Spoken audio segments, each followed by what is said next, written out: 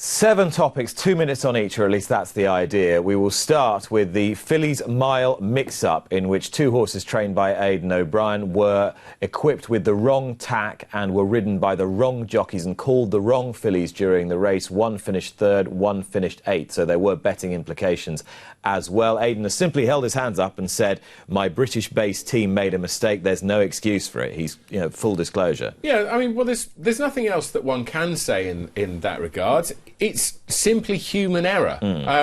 It doesn't happen very often. It's something that will happen the more often that stables have multiple runners in races, and if that's not the prize for stating the bleeding obvious, what I mean is that it happens more and more these days because, particularly in Ballydoyle, there are lots of sons of Galileo and others who are going to be saddled for those races. So it's human error.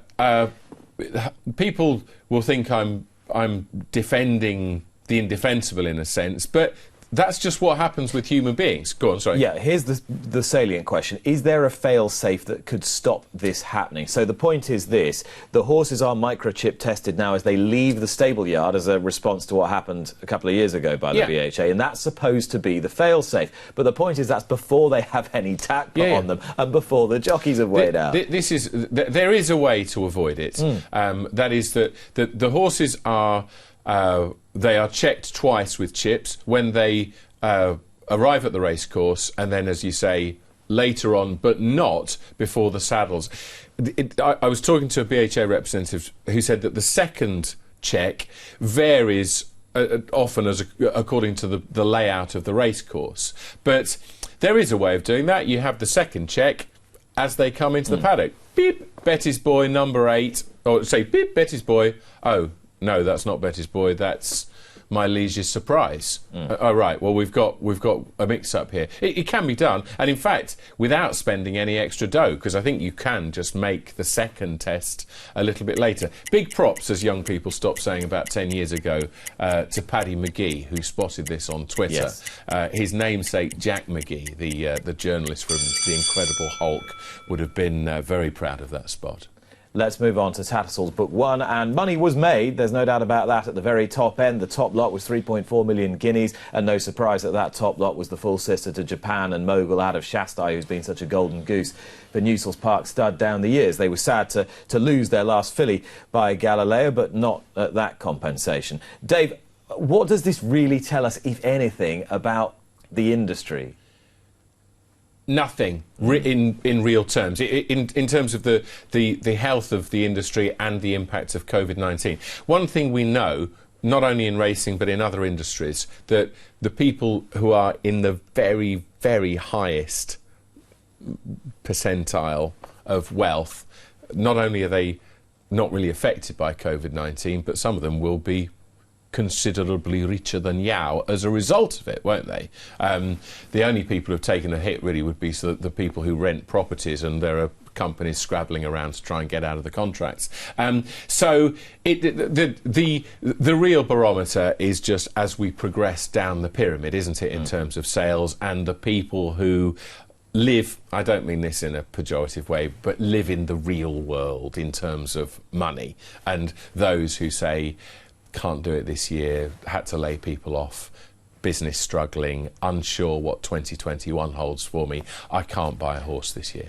Of course, what will happen as we get into books 2, 3, 4 and other sales at Goffs and elsewhere is that some horses will be available at much cheaper prices than they have been the last couple of years, which may soften the blow for some owners who want to go round again. But as we know, it's not the cost of buying the horse, it's not whether you pay 30 grand or 50 grand, it's the cost of keeping the horse in training, which is not going to change. Yeah, absolutely. So we have to wait for that. One thing that was interesting about this week was the emergence of the Bahraini owners, in that any sport at the top level, whilst it would be nice, watching the Kentucky Derby, these good old boys who have real human interest backstories. We are dealing with Coolmore or the royal families of various Middle Eastern states, which makes it a harder story to sell. But at least it's another entrant to the party, hopefully with regard to competition at the highest level, which is a good thing. Let's talk about the Timeform annuals. You mentioned the Chasers and Hurdlers would normally be published on this weekend. Indeed. The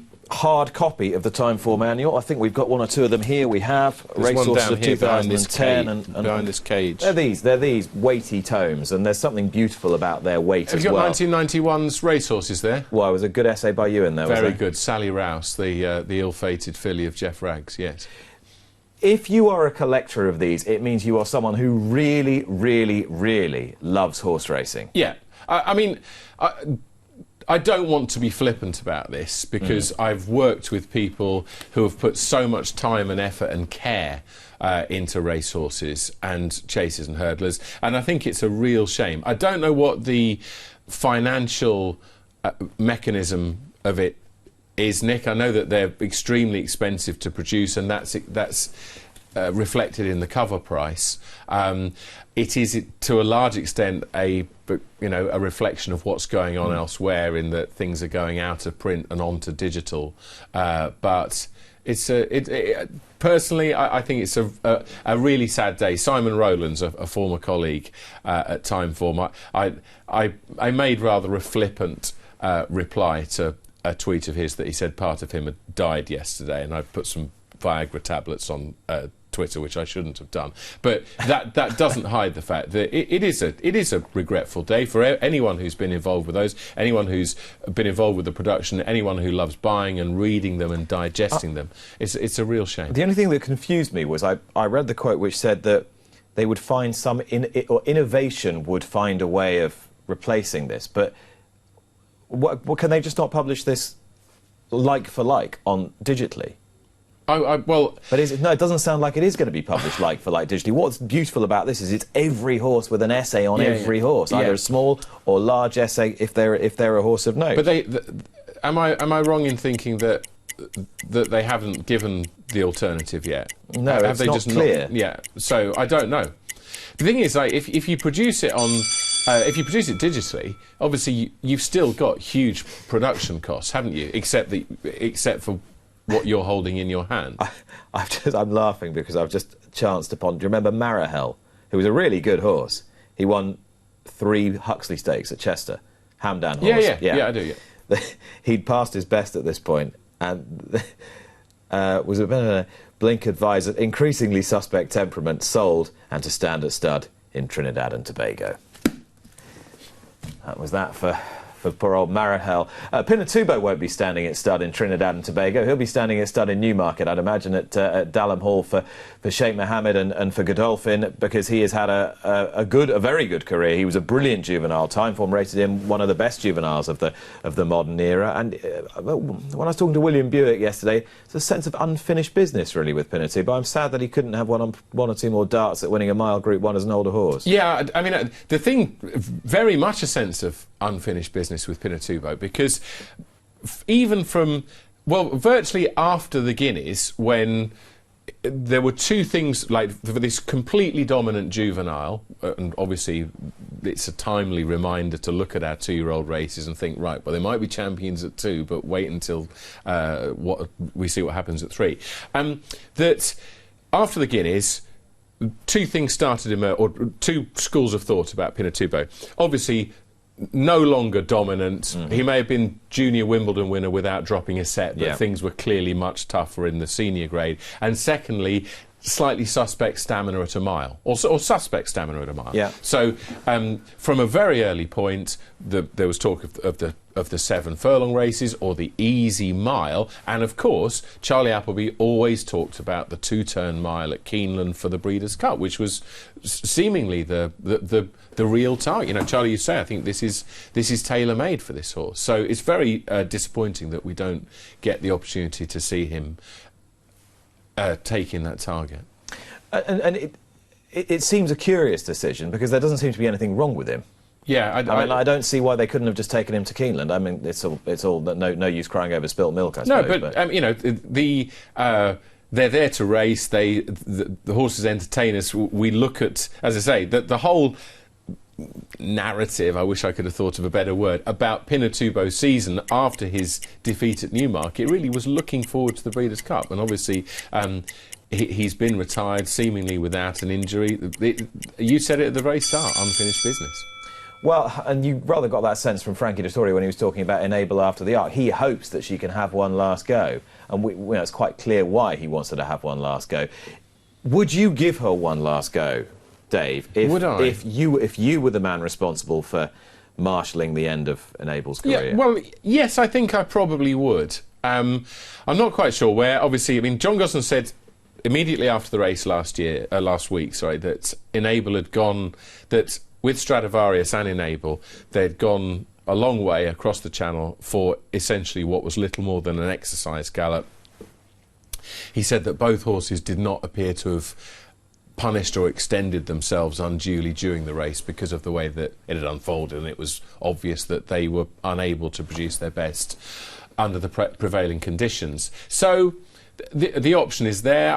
I'm not sure if Enable went to America, she may very well lock horns with Love, which would be what we want to see. They might be minded to think, well, we'd really like to see this great mare, one of the truly great mares of all time, not just modern times, go out with a win. That would be quite difficult in America. Rod Street said earlier in our programme that the Fillies and Mares Stakes is a winnable opportunity. Yeah. Problem with going there is that it's not a race whose standing necessarily befits her own. No. And if you run there and lose, you really do her reputational damage. You do. But that's a must-win event, isn't it? If she runs in that. It is. But then again, the flip side of that is to go somewhere that's really white-hot competitive, run really well, but finish third behind Love and Gaiath, and that's an honourable defeat, and it's not that you've cast your nets in easy waters but haven't come home with a barrel load of fish, but it's still a defeat.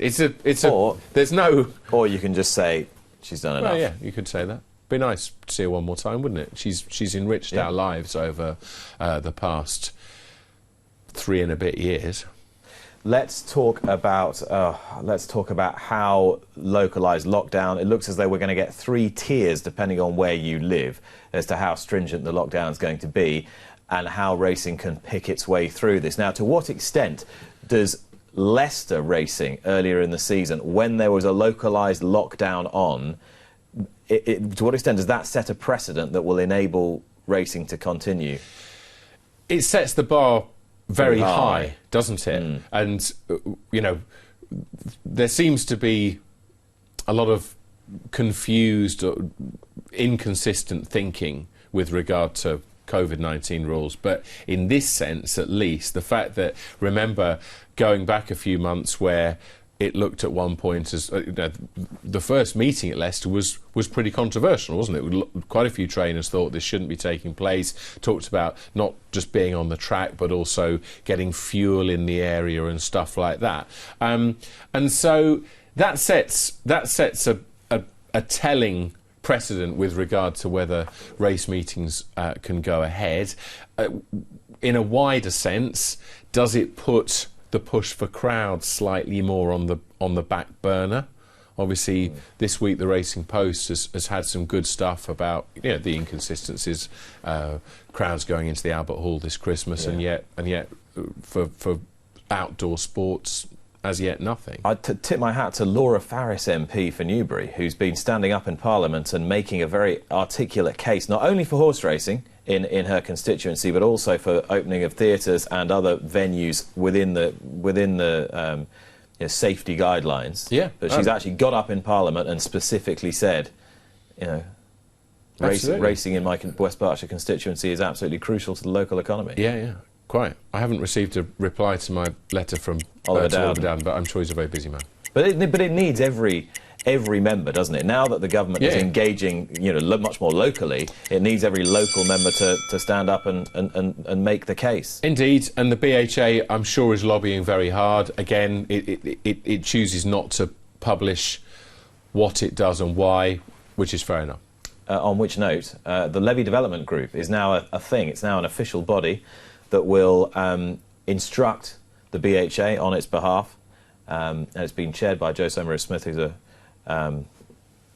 board director of the BHA, to get out and present to government what they want as far as reformation of the levy is concerned. Yeah, well, listening to some of the major players in this earlier in the week, that they're looking to increase the levy. I think was the figure about, was it 140 million? Yeah, well, Charlie Parker, the Horsemen's Group president, was or chairman, and president of the ROA, was suggesting that if there was a 1% figure of turnover rather than the gross profits model that currently exists, and you added to that levy captured from bets placed on foreign racing, you might come up with a figure of around about 140, 150 million, as opposed to the sort of 90 million that you've got now. Yeah, absolutely.